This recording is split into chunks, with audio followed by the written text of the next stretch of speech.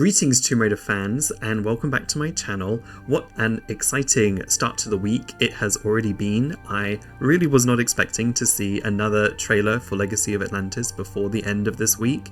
I was expecting something at the Summer Games Fest, but the PlayStation Showcase, the first event of this week, I was not expecting that and it really caught me off guard. So we had a really fun time reacting to it and also breaking down the trailer hours after it debuted live on my channel. So thank you so much to everybody who joined. It was such a fun stream and I've never had that many viewers on a stream before, so it was really special for me, and thank you so much for the discussion. It was fabulous, so much fun, and I'm excited to continue this discussion with you further because we are going to break down and analyze this trailer.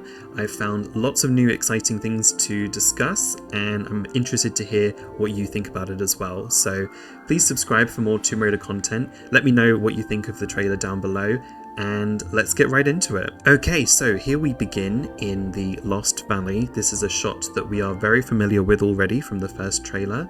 This is clearly the Lost Valley with the waterfall entrance to the tomb of Kolkata, and we can see a lot of mechanisms here that we will be using to open up the waterfall in order to entrance the tomb. And there's lots of interesting things to look at here. Just above my head, we've got this basket of pebbles and stones, which we also saw in the previous trailer. So I'm wondering what kind of gameplay element that is going to have. There's also some pulleys and mechanisms here, which maybe we are using for traversal. One thing I really love here is you can see these butterflies in the tree over here. And in the background, you can hear birds and insects, and it just makes this valley seem really believable and really exotic, and I can't wait to explore it further. Now this next shot has a beautiful look at the Egypt section, and we're going to get a much better look at that section in this trailer. So this is clearly the City of Kharmoon level because we've got the iconic Sphinx in the middle of the oasis with this pool, this little lake down here, just like in the original. There's lots of greenery, we've got some waterfalls here in the background, and I love how open and how much sunlight there is visible. It's just really stunning. I love to see it. And look how these foliage is breathing and moving in the wind. It's just beautiful. Now we get a look at the mountain caves section of the game. So this is the very beginning of the game in Tomb Raider 1. And of course, the most interesting thing we have to discuss here is Lara is wearing a brand new outfit that we have never seen before. It is this full one-piece ski suit or snowsuit with this parka hood, and she's also wearing these red gloves and she has a white turtleneck. It's a bit of a shame that we're losing the poncho, which was very iconic in the original. Maybe the poncho will make a return in some kind of optional outfit later in the game. We'll have to see. Nonetheless, it's exciting to see new Tomb Raider content, new outfits. I'm a fan of it, so yes, pretty cool. I love the attention to detail here with the snow. You can see it gathering on her outfit as well as on the backpack, and you can also see it on her grapple bracelet here, which is cool. So really nice attention to detail. There's also some kind of camping or climbing equipment down here, so it looks as though someone has been here within the last several centuries. So interesting to see that Lara is not the only person that has tried to enter this tomb. Now we get a really wide shot of this mountain caves area, and we can see this huge mountain that we've been scaling, as well as this tomb ruin down here that they have entered from. I would really love if this entrance, this mountain tomb section, is fully explorable and there's lots more ruins and mountainous region to traverse through before we get to the main chunk of the level. Now there's two things I want to point out down here. So after they cross the bridge, you've got this small little pot or urn, which kind of looks like one of the urns we saw in one of the previous trailers, and I'm thinking this might be a collectible item, kind of like the ones in Tomb Raider Underworld. But the other interesting thing to point out here is there is a cannon. There is a cannon in the mountains. How ridiculous. Now I did a little bit of a Google, and I found that cannons arrived in South America in the early 16th century by Spanish and Portuguese conquistadors. Why would they bring it up a mountain? Will there be an explanation? Will we see some of those conquistadors in the tomb itself? Were they trying to enter? Will Lara have anything to say about it? Kind of interesting. What an interesting little plot point. I wonder how that's going to be explored. So the bridge starts to collapse. But before that, I just want to point out this traversal area we have here off to the left. So I'm wondering if after these bridges break, because there is a second one down here, I'm wondering if after these bridges break, we have to find another way to traverse, and that will be climbing over to this left area and then down back into the courtyard where the gate is to the cave. So Lara very selflessly pushes the guide to safety. We can't get a proper look at the character, but seems to be a new character. It's not Jonah that's accompanying her on the journey, which is a nice change. We get a better look at Lara's outfit as she is attempting to survive this crumbling bridge. So she's obviously wearing this gorgeous red ski suit with gold and yellow accents, and I think it looks really neat. It's definitely a reference to Rise of the Tomb Raider, but cute. Like, they made Rise of the Tomb Raider cute. It's cool. It's good. I really like it. I'm a big fan, and I'm glad to see Lara having an iconic wardrobe once again. So as she's falling, she reaches into her backpack, or, well, she kind of reaches into space, and pulls out the iconic red pickaxe to save herself. So the pickaxe is making a return. This is the first time, and I think the only time in this trailer that it appears. So nice to see that that is making a return. I know some people won't be very happy about it, but considering it doesn't hang on Lara's belt anymore, and she might just keep it in her backpack, I don't think that that's such a bad thing, and it makes sense for her to have it as a tool in order to both traverse and also break down walls and crumbling bits and pieces. So I'm not particularly mad that it's returning. I think it's perfectly fine. Some people were wondering if maybe she'll lose it in this section of the game, and then that's why she's not carrying it in the rest of the game. But we'll have to see. We'll have to see. Well, you found me. What a great line. Okay, we have to talk about Alex Walton-Regan's performance as Lara. Already one of the best performances for Lara we've ever had. Okay, she has got the sass, attitude, the poise down to a T. She has fully restored my faith in this character, and I can't wait to see what else she has to do. So this location is of course Kolkata, India, which is where Larson introduces Lara to Natla, who hires her to go looking for the Skion in Tomb Raider 1. So Larson says to Lara, "I've been halfway across the continent looking for you. You're a hard woman to track down." It just kind of shows Lara is on top of her game. She's clearly famous, as we will see later with the magazine.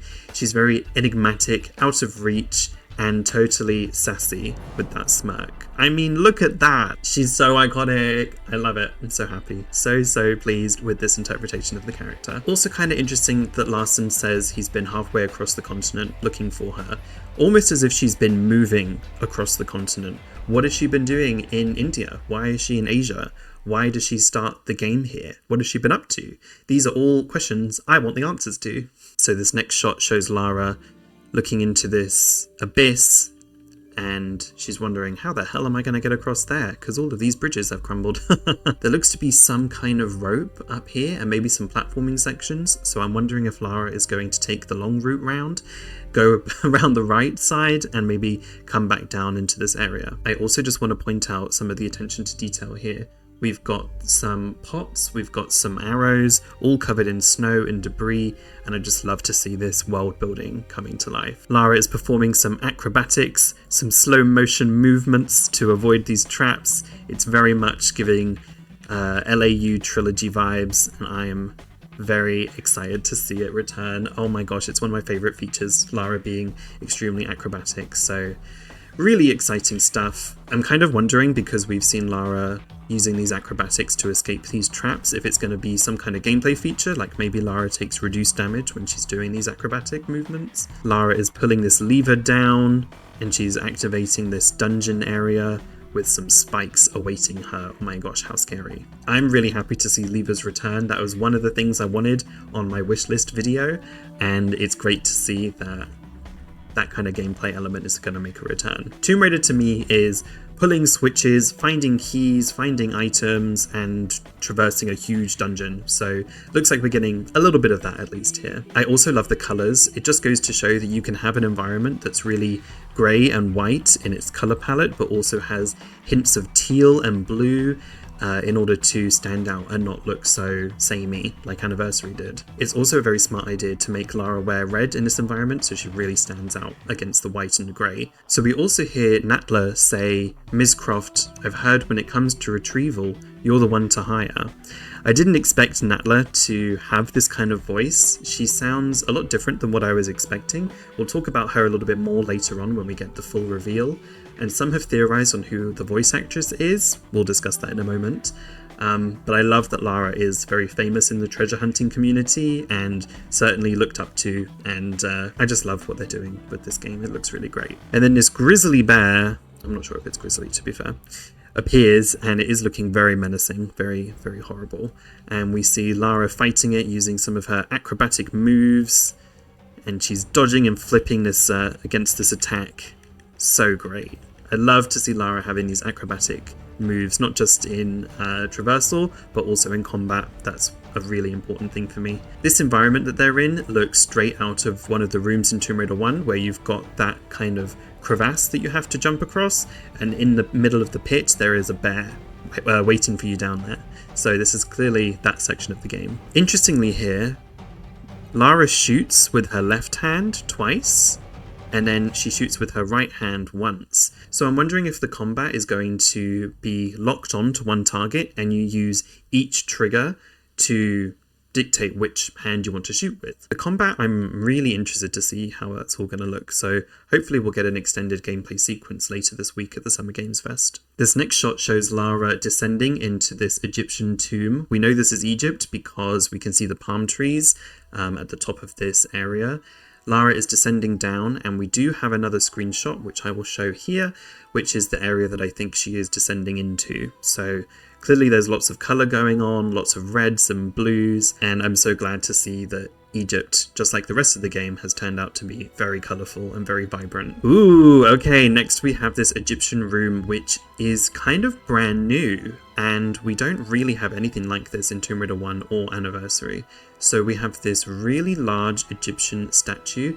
I couldn't really figure out if this was Ra or Horus because both are quite similar. They're both represented by the falcon, if I'm not wrong. I'm inclined to believe this is Horus because in the Sanctuary of the Scion level, you've got those two enormous statues of both Horus and Anubis. So maybe this is a reference to that particular room, even though that was an underwater room. And a very gorgeous one, and I wouldn't want to miss out on that room, so hopefully that one makes an appearance as well.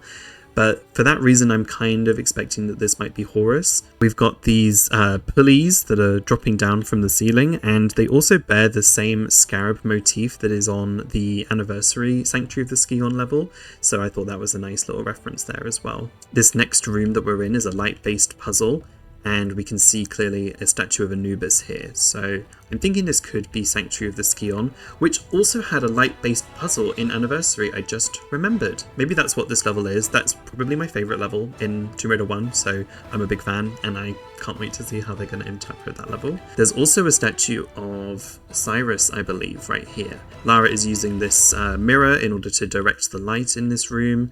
It's definitely reminding me of Temple of Osiris. There's a tomb in that game that looks just like this. Boom.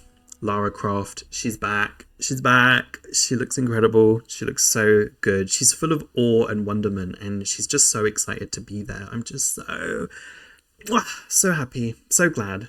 Look at her facial expression. She's just so happy. Oh, I'm happy too, Lara. Okay, now we get a better look at the gear room in Peru in the Lost Valley. So here's what I can figure out. Lara uses her grapple in order to pull this gear forwards in this one screenshot, and then she traverses around the room, kicks this gear, and it falls to the floor, and then she drags it into the water and into place, into this mechanism. So we're not collecting cogs so much as repurposing them from other ancient mechanisms, which is a really interesting take on the cog puzzle from Tomb Raider 1. I guess how many times can you go looking for the same cogs? I don't know. So I think it is an interesting interpretation on the puzzle, but I hope that not all puzzles are going to be physics-based, you know? So Natla's line here is, "You don't strike me as someone who walks past a locked door without wondering what's behind it." And I think that perfectly encapsulates Lara's obsession for adventure. She plays for sport. I think these are just excellent lines, and they've really done their homework and they know exactly what Lara's all about. Now, here is our reveal for Jacqueline Natla, the main antagonist and probably Lara's most iconic antagonist in the series. This is a really interesting interpretation of the character, much younger than I was expecting, and there are some choices. I'm not sure why she's wearing a choker. I think that's very 90s, and clearly she's on an iPad, so I don't know what she thinks she's wearing it for. She's supposed to be this massive corporate giant, not to mention an Atlantean queen. Very funny. Now, many people have suggested that Sarah Michelle Gellar is the one voicing Natla, which is a really interesting casting choice and not one that I would have expected at all. I thought she was a bit more of a A-list celebrity. I didn't think that she'd have any time for Tomb Raider, but that's what a lot of people are hearing when they listen to her. I'm not a big fan of Buffy. I haven't watched many things that she's been in besides Scooby-Doo, so I didn't clock it immediately, but I've seen some comparisons and it seems pretty plausible that she's the one voicing Natla, so what an interesting choice. Okay, now we have the reveal of the Mercenaries in Greece. Now, this was a little bit of a disappointment for me initially when I was watching the trailer. Now, based on the patch that he is wearing, it has a N, a blue N, which is probably standing for Natla Technologies, of course. And judging by the crates and boxes, there are clearly a lot of mercenaries that have moved into this area. I'm not crazy about having human enemies, and the reason is Tomb Raider 1 is all about exploring on your own and having that feeling of loneliness. To have a bunch of human enemies enter the space, I just feel takes that away too much. I'm not a fan of it. I'm really not. If there's just a handful here and there, that will be okay, but can you imagine if there's mercenaries in Atlantis? Oh my god, that would ruin it. Please don't do that. Please don't do that. Anyway, let's talk about this room. So we've got this lovely, beautiful mural in the background here, which I think depicts Perseus beheading Medusa, the Gorgon. So I'm wondering if there's going to be a lot more references to other Greek gods than just the 4 that are mentioned in St. Francis Folly. So maybe there's a lot more rooms in Greece related to these characters and this mythology. So I'm really excited about that specifically. Greece in general is looking very, very nice. There are lots more decorations, lots more adornments. It's looking a lot more fancy than some of the previous versions of Greece, so I can't wait to see more. It's just looking stunning, very stunning. Now we are escaping the T-Rex. It's giving very much Relic Run vibes. This sequence here where Lara is kind of running for her life, she's grappling on all of these surfaces and trying to escape this T-Rex. It reminds me a lot of those elements in the reboot where you're kind of just running for your life through this chaos that is pursuing you. It's become a little bit tropey in Tomb Raider. I'm not a crazy fan of these sequences. At least this one is being chased by a T-Rex, which is a pretty cool change. It is pretty epic, so I like to see that. I'm also wondering if this T-Rex is going to be chasing you throughout the whole of the Peru section, kind of like a Nemesis moment in Resident Evil 3. Here we have the entrance to the tomb of Kolkata, it looks like. It's very dark and atmospheric, a little bit scary. And I like the fire motif, which kind of mirrors the water motif in Greece with the Tomb of Tehokan. So I kind of like that they've got that red versus blue synergy going on. I think that's a really nice design choice. Here we have Lara face to face with Qualopec.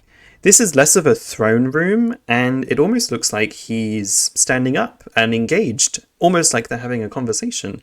So I'm wondering if Qualopec is actually present and alive. I don't really know what's happening here. The 2 mummies that are guarding him have been replaced with these 2 statues instead.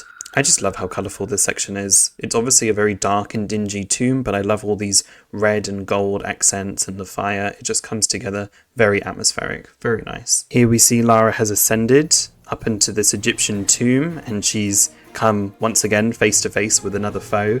This time it's a panther, which is about to strike. I really like Lara's facial expression here. She's clearly like on edge because she's about to be pounced by this enormous cat.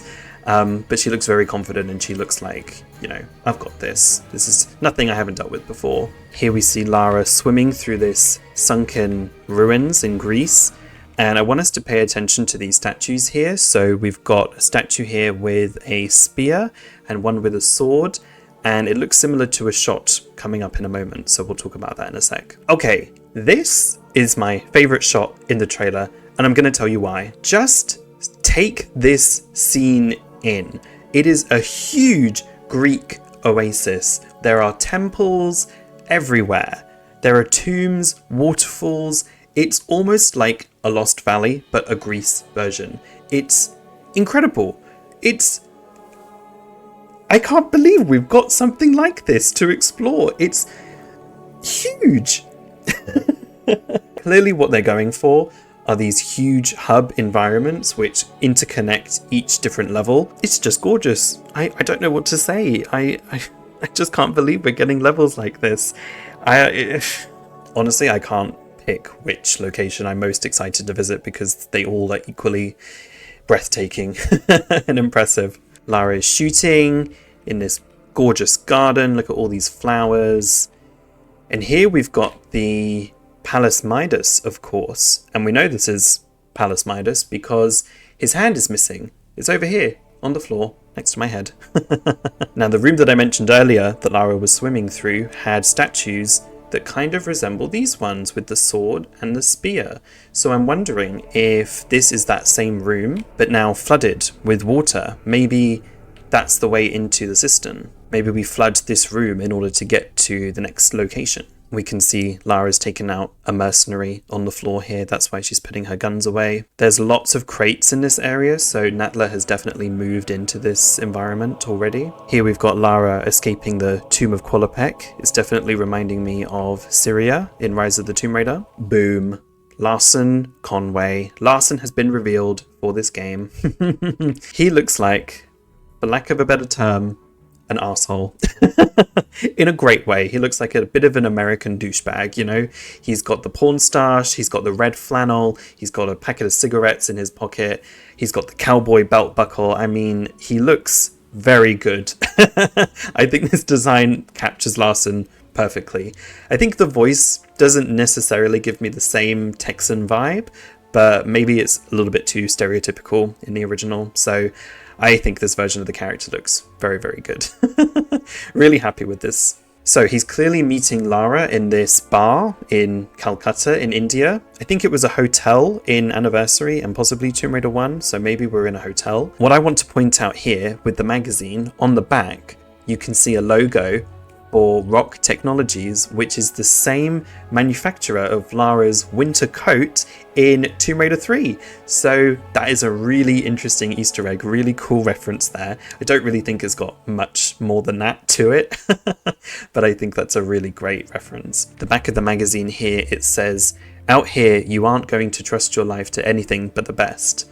I'm wondering if after Lara sees the magazine, she turns it over and she sees an advert for this company, and that's where she buys her red ski suit from. That would be funny. Larson comes in and he chucks the magazine on the desk. And here we can see lots of Easter eggs here as well. Of course, Lara Croft in Bigfoot Country. Great reference to the magazines from both Tomb Raider 1 and Anniversary. I'm glad to see that they didn't skimp out on any of the references. It's all here and it's just like the original. Really cool. On the side here, we've also got references to Carter Bell, Curtis Trent, and Dr. Whitman, who are all characters from Tomb Raider's Legacy. Curtis Trent is confirmed for the Unified era, so maybe we'll see him in another entry later down the line. Although it's interesting because in this version of the canon, Lara wouldn't have necessarily met Carter Bell or Curtis Trent because this is towards the beginning of her journey as the Tomb Raider. It's kind of funny that 3 of Lara's colleagues would appear on the magazine with her. Maybe it's just for us. Maybe it's just an Easter egg for us. But I thought that was quite interesting. Now, the line that is said here is, "Got to say, they captured your good side." And Lara says, "You're assuming I've got a bad side." Oh my gosh. What a great line. What a great line. Once again, Alex Walton Regan, you have captured Lara beautifully. And I'm so happy with this performance. She's so good. She's captured her sass and her dry wit perfectly. By insinuating that she's got a bad side, you're kind of hinting that Lara's got a morally grey character trait, which is really interesting too. I also love that Lara's response to someone saying that is just to spin it back on that person and catch them off guard. I think that's such a Lara thing to do. This scene here where Lara is looking around with her guns out, I'm thinking this is the scene where she is confronting Pierre at the beginning of St. Francis Folly, because this scene looks just like the one from Anniversary. So I think that's what's happening here. And there we have it. Tomb Raider Legacy of Atlantis coming out February 12th, 2027. Sadly, we've got a little bit of a wait to go, but I think it's going to be worth it because this game looks absolutely phenomenal. And I still can't believe that this game is coming. It is truly a gift, and I can't wait to get our hands on it. Gosh, what a long trailer for us to get through, but I'm so glad that we had the opportunity to discuss it together. I'd love to hear what you thought about this trailer and what you're expecting for the Summer Games Fest later this week. Maybe we'll get another gameplay reveal, and if we do, then I'll be sure to cover everything, of course, as quick as I can. Make sure you subscribe for more Tomb Raider content. I will be covering Legacy of Atlantis all the way through until it releases in February next year. Please like the video if you enjoyed. Feel free to follow me on Twitter and join my Discord server to chat with other like-minded Tomb Raider individuals. That's all for now. Thank you so much for watching, and I will see you on my next video. Ciao!